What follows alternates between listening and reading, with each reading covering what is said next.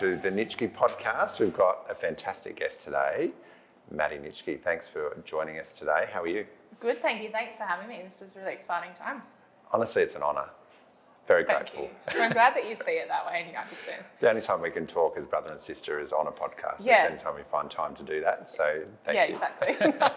No, great stuff, Mads. Mads, you need no introduction. You've grown up in real estate, in a family business, obviously, been around it your whole life.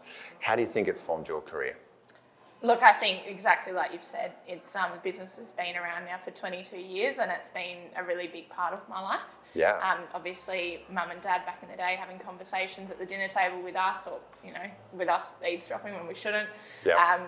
It's or when just we couldn't do anything else because that's what was being talked about. Exactly right. We had no choice, and then to watch you with your career as well, and then to join the team has just been great. So I think it shaped me in a really positive light. Yes. And I've seen many different versions of real estate. To where I am now too, which is great. Yeah, totally. Well answered. Did you always want to work? Did you always want to work in the industry, do you think? Look, it wasn't my original calling, if I'm honest. I actually have a background of retail management prior to property management. Great. Which I think shaped me for this career anyway. I have a lot of customer service background and leadership as well. So yeah, I had a few things change in my life. When I first started was a single mum, full time. Yeah. And just the work-life balance of retail wasn't working. There was an opportunity within the business and I took that. I started in admin and now I've worked my way through managing portfolios, now doing BDM work and leadership as well. So I love it. And doing an incredible job. Thanks. It's an interesting choice to join real estate for work-life balance. Yes. How's Look, I that do going? reflect on that at times. It's not quite exactly the work-life balance I thought, but I absolutely love it. So I always say to people, I think it's more of a work-life blend. Like I think you can't sort of half do real estate, and we saw that obviously growing up, that it very much was a part of our family ecosystem, but it works in a way if you're passionate about it. Absolutely. And you definitely are. What is it about property management though in particular? Because I guess for both of us, same family background, and I've in the dark side in sales and your property management. It's a bit of a turf war, but no, not really. We blend it in our business really well. But what is it about property management for you that just you felt as a calling? Honestly, for me, and I don't know how many people would say this in the property management space, but it is about the negotiation and the managing the relationship. I really enjoy that. I enjoy finding a resolution to a problem and meeting in the middle between tenants, landlords, trades, everyone in between with the team. I'm really passionate about that and getting those good outcomes and getting that good level of service out there for people too. So I enjoy that side of it. That's great. Totally agree with that. Talk us through, what does the Nitschke PM team actually do? Now, to preface this, I do know the answer to this, Look, but I'd like you to tell our audience. Look, we have a lot of fun. Yes. We have a great culture within our team, but the one thing I think we do really well is service the customer. So we have a lot of support within our team. We've got the 3 property managers, but we also have 2 property management support team members, and we also have 2 team members that help us, or 3 team members, offshore that help us too, to support us. Yeah. We're very lucky in that space. And I believe one thing we just do really well is take the pressure off our landlords, and you can hand us the property and we can carry it through and look after it for you. That's probably the main thing, I think. Yeah, definitely. Yeah. I think for me, observing and being around the industry a long time as well, I think traditionally not a lot of property management departments laugh a lot. No. And you guys definitely do. Yeah. And that's across the whole business, but definitely in the Nitschke PM team, you guys have a lot of fun. We really do, and there's a lot of banter and there's a lot of support within that, and I hear it often with the team that sit upstairs, how much they can hear from downstairs when we're on a roll and things are kind of flowing. Yes, it's not subtle. Look, it's not, and some team members at the moment have introduced accent days, which is really funny so far. So we do have a lot of fun. Obviously very professional too, but we like to have fun at the same time.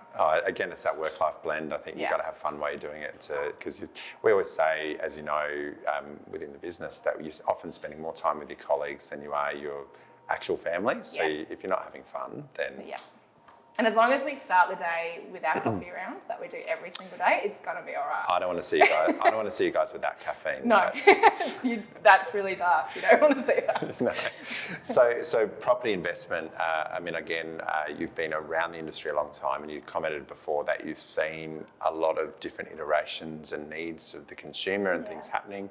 What are the needs, the current needs of investors that you're seeing and that we look after, and obviously new clients you're bringing on? What are some of the key critical needs you're seeing there? They really need support at the moment.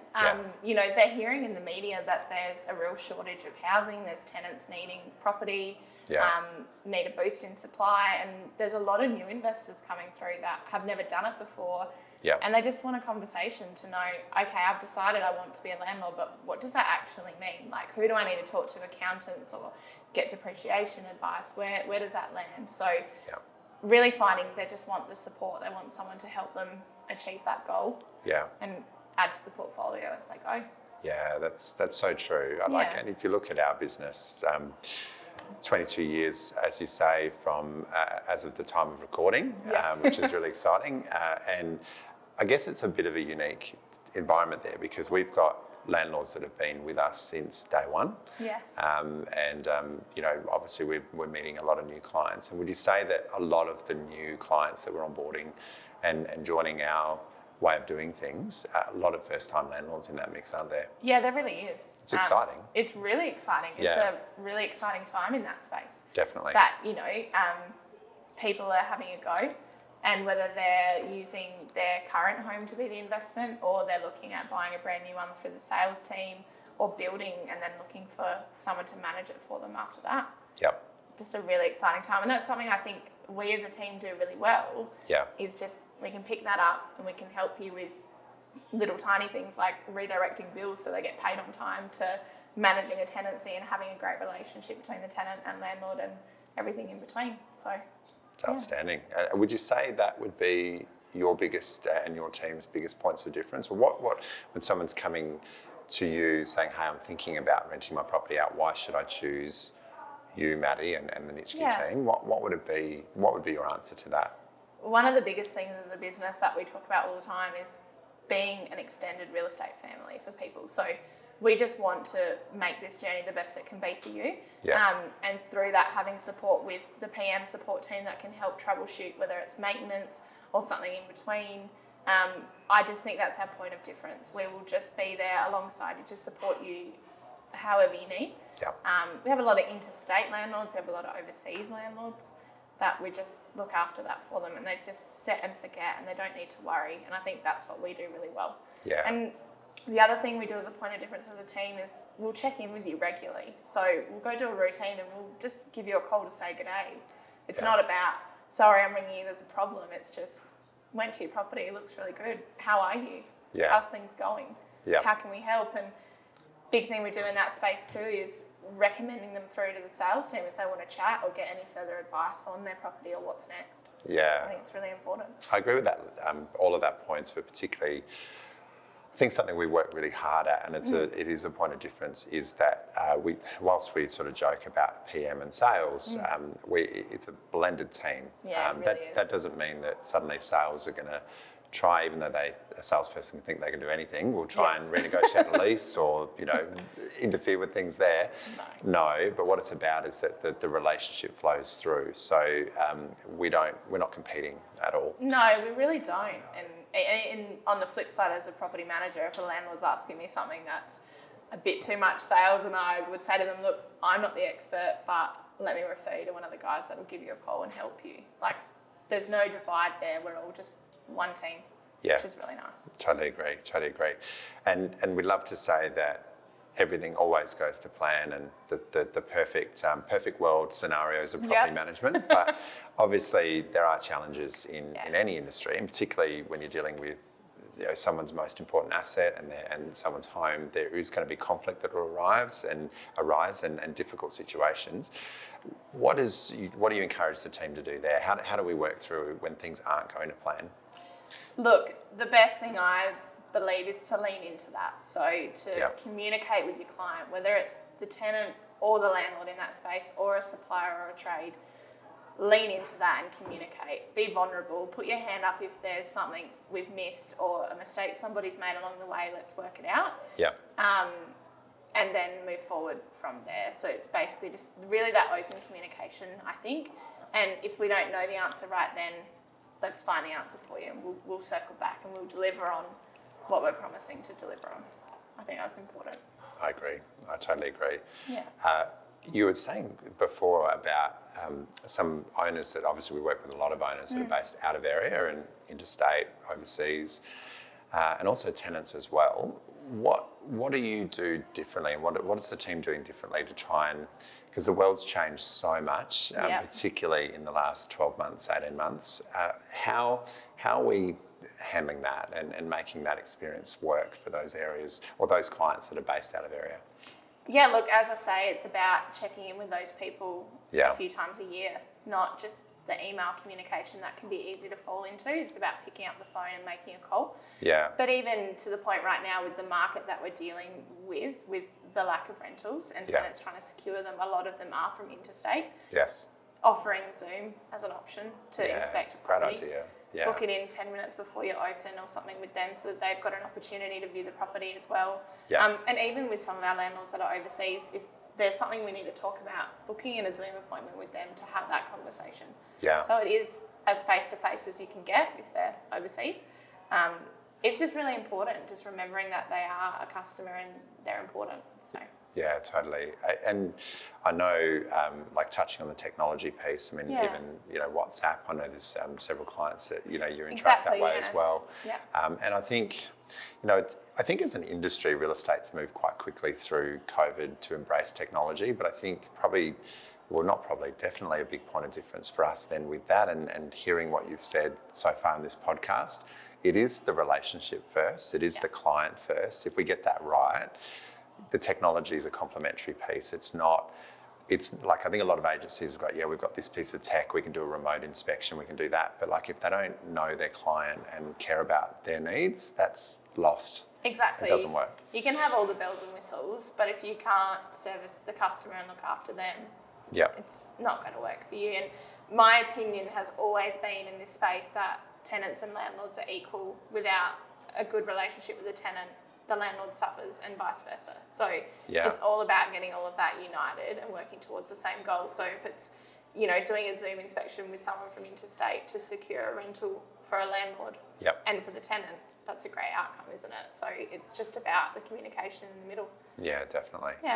No, you guys are doing such a good job in that space. So I know that a big part of your role is certainly our growth in the department and meeting new clients, as you say before, a lot of first-time investors. But beyond that too, you do a lot of great work with clients that are looking to buy an investment property. Yeah. What sort of conversations and value adds are you able to help? So if someone's watching the podcast today, and hopefully we've got at least one audience member. That'd be really great. There's probably a team member, but that's all right. That's fine. It might be. Probably, actually, I'll do a shout out to Nikita's mum. It might be Nikita's mum watching. Yeah, it's Nikita's mum. Absolutely. Hey, guys. But in terms of, investors looking to buy, what are you doing there? Look, honestly, for me, it's about letting them know what's happening in the current market. So I've had a few lately that I'm speaking to from Sydney, for example, pretty different markets across the states there, but also just letting them know about in terms of even, how far away from the city, is it a good location to be in, what's it like for families. It's more so about that side, and it's about what's happening in the market, so letting them know if we've recently just leased a property in the area that might be relevant to what they're looking at.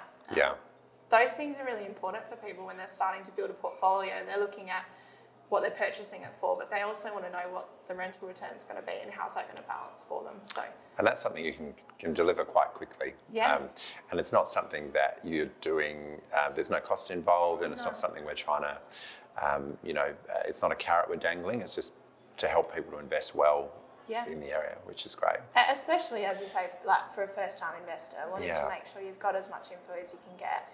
And even, whether there's other people within our area, accountants and the like, that can help them as well. We're always willing to give suggestions in that space of who to talk to. Mortgage brokers alike as well. So it's important. Yeah, totally. I totally agree. Any property investment hotspots? I mean, it feels like the entire region is just a super hot spot right now, but Yeah. we were chatting earlier today, like there's that example of how much the market shifted, and again, this is currently and it could change later, but Yeah. what's happening right now? Well, yeah, as an example, we were saying that Barker's got 7 rentals available right now. 7. How many of them so are actually available, or how many of them have got a lease pending? So it's a really challenging time. So I would think Mount Barker is a real hot spot. There's a lot of development happening in Mount Barker. It's barely even begun. Big growth area. Massive. Excuse me. So that's really good. The other one people are really attracted to at the moment is Nan. Yeah. Nan's obviously got a bit of growth happening currently. Yes. But just the second interchange to get to the city, you're not right in the heart of Mount Barker if that's not for you. But you're not far out. You've got a great school, got other schools down the road at Woodside or Woodhampton and the like. So those 2 areas probably are the main ones at the moment. Yep. But look, Mount Barker in particular, I think is the big juggernaut. Yeah, it's pretty popular. I mean, I've seen Nan change so much, even just in my career, and you're a Nan local as well. I am. That was a little plug for Nan. Yeah, how good's Nan? I love Nan, and my wife grew up in Nan. It's a wonderful part of the world, but Nan has evolved. I remember early in my career where there was a lot of, sadly, a lot of vacancies of commercial shops along the main street. Obviously it was the commuting was a little bit of a challenge when you're working with buyers looking to buy in that area where you didn't have the freeway, interchange happening. You've got new initiatives now, like obviously Chapman's, that whole development there. And the roundabout, so That's a good. game changer. Depending on which side of town you're on is good. Yeah. And of course, Lot 100 and many other great things that are happening. So I agree with you around Nan. And then Mount Barker is fascinating to have 7 available rentals right now as of today.